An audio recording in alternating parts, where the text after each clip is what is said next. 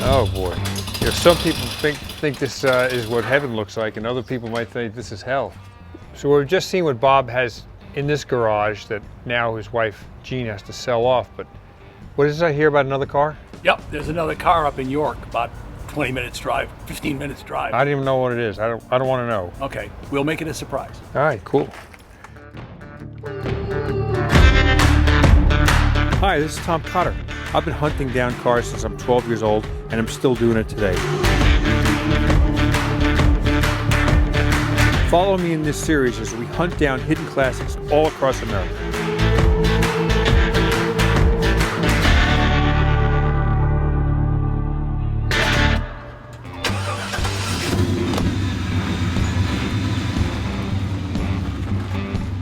The car collection that Bob Fleischman had in New Hampshire, and now we're in southern Maine looking at the one remaining car we haven't seen yet.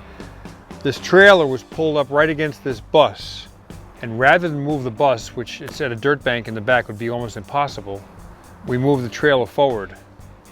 We don't have the keys to the locks though, so Bob's good friend Rick has a bolt cutter, and so we're gonna cut the bolts off and see what happens and see what's inside here.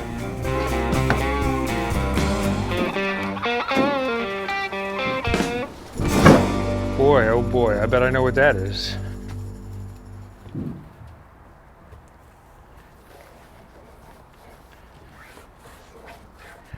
Ladies and gentlemen, I think we've just found ourselves a Pantera. Can I lift this up? Absolutely. Whew. Wow. That's the real deal. Holy mackerel. So you spin this trailer for, I mean, that top's been on that, boy, look at all these, there's ant eggs. We're disturbing their lives. Holy. Wow. That's a big old tack on the dashboard.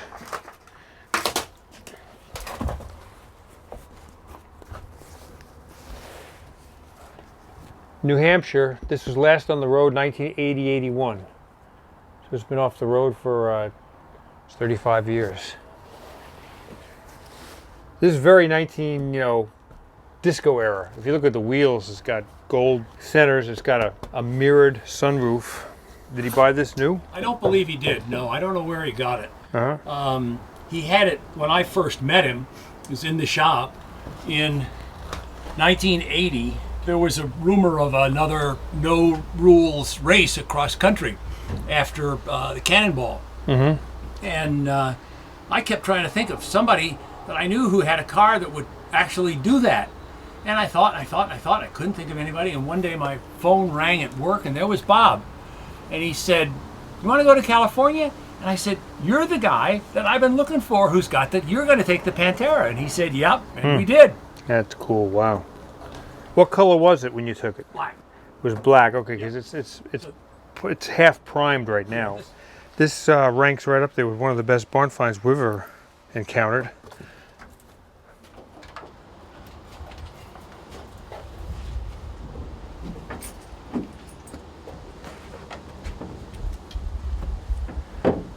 I don't think there isn't. There is no motor. No.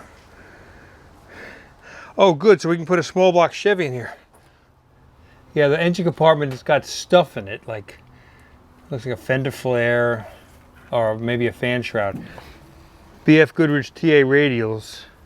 You know, when the Pantera was first introduced, it was a simple car. It was a generation above the Tomaso Mangusta, which was such a pure design, but you couldn't drive it. It was too small for anybody to sit in and drive comfortably. But the Pantera, the first Pantera, was so pretty. And then people started to put flares on them and big wheels and hot rod them. To me, that lost that beautiful Italian look and made it look more like, well, people wanted to make it look like a Countach, a Lamborghini Countach. So they added these big flares on there to make it look like a poster car. But you know, it'd be nice if you could take this and trim it back to the original fender lines. Oh, you can see the original fender line right there. So it's funny, these flares are installed, but they didn't cut the body away. They just installed the flares to look like a flare, Yeah. but not act like a flare. Ha. You know, if you want to pull that one out, I'll grab that one. We could go a long way to discovering what's here. Okay, water pump, starter motor, carburetor. Oh, look at that. Valve covers.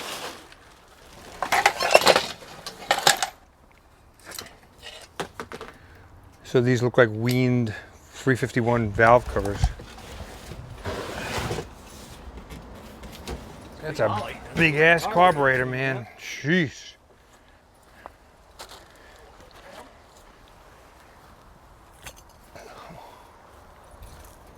Extra pop-up headlights. Well, here's the transaxle. You can see right here. See, this is all clean. You can tell it's freshly cleaned. And there's the motor. No heads, but here's the heads wrapped up in plastic. This would be a 351, and whether it's a Cleveland or a Windsor, I don't know. But see, those are just marked with Sharpies, so those pistons were just out. So this motor could be a fresh rebuild. A lot of my friends probably go nuts looking at this camshaft. Crower cam Z7241. So what the lift and duration is, I don't know, but you know, everything else here is hot rodded, so I guess this is too. There's a box of valve springs, air cleaner base, flywheel. So this is basically a Pantera in a box. You can assemble it at home in your spare time. We tried to find the year by running the VIN number through the Hagerty valuation guide, but it came up with nothing. So we dug through the car and found a document in there. It's a 1972. If this were concours condition, and it would take a lot of money to get this to concours, it'd be $121,000. In fair condition, which is the lowest, it'd be $56,000, and that's for a running car. So the motor is sitting 3 feet behind the car. This is not a running car, so you know, what's it worth? If you were going to restore the car to original, you'd have to cut off all these flares and really take it down to the bone, acid dip it or sandblast it, and start over. So with a fair car being $56,000, I'm guessing $30,000 to $35,000 for a car in this condition, and it would be a good project car, you know, that you could do at home. It's an exotic car, but it's not very complicated. Although there are some tools, you have to buy some special tools that are specific to cars like this. This car is a hybrid, an American hybrid. It's an Italian car with a Ford engine, 351. Interestingly, Rick Carey and Bob Fleischman took this car on a cannonball type run across the United States in 1980, and here it is written up in an issue called Overdrive magazine, Voice of the American Trucker. And it says here, competing, 2 teams completed the event without getting a ticket. Several others got only one. The most interesting ticket story belonged when Bob Fleischman and Rick Carey, driving a Pantera, were going through a Texas radar trap. It went off while they were doing 115 miles an hour. They got on the brakes, but the radar locked them in at 74 miles an hour. Now remember, this is 1980, so 74, you could get the death penalty for that. It was Sunday afternoon, and they were required to go before the judge. Her Honor was understanding. The boys took a chance and told her the truth. The fine was $25, and the judge says, I wish there was another seat in that car because I'd like to go with you. That'd be a happy ending. So this car's got a neat story. It's complete. Plus, it looks like there's extra parts. The transaxle looks to be rebuilt. All nice and clean. All the parts are plated. And the engine, I'd say, certainly is rebuilt. The pistons are brand new, and they have Sharpie markings on them. The cylinder heads are wrapped up in plastic next to it. So if you were a fabricator, a body man, a painter, you could do this, and the mechanical bits seem to be pretty much rebuilt for you. This is one of the most significant finds this barn find hunter has ever found. Does this did it run well?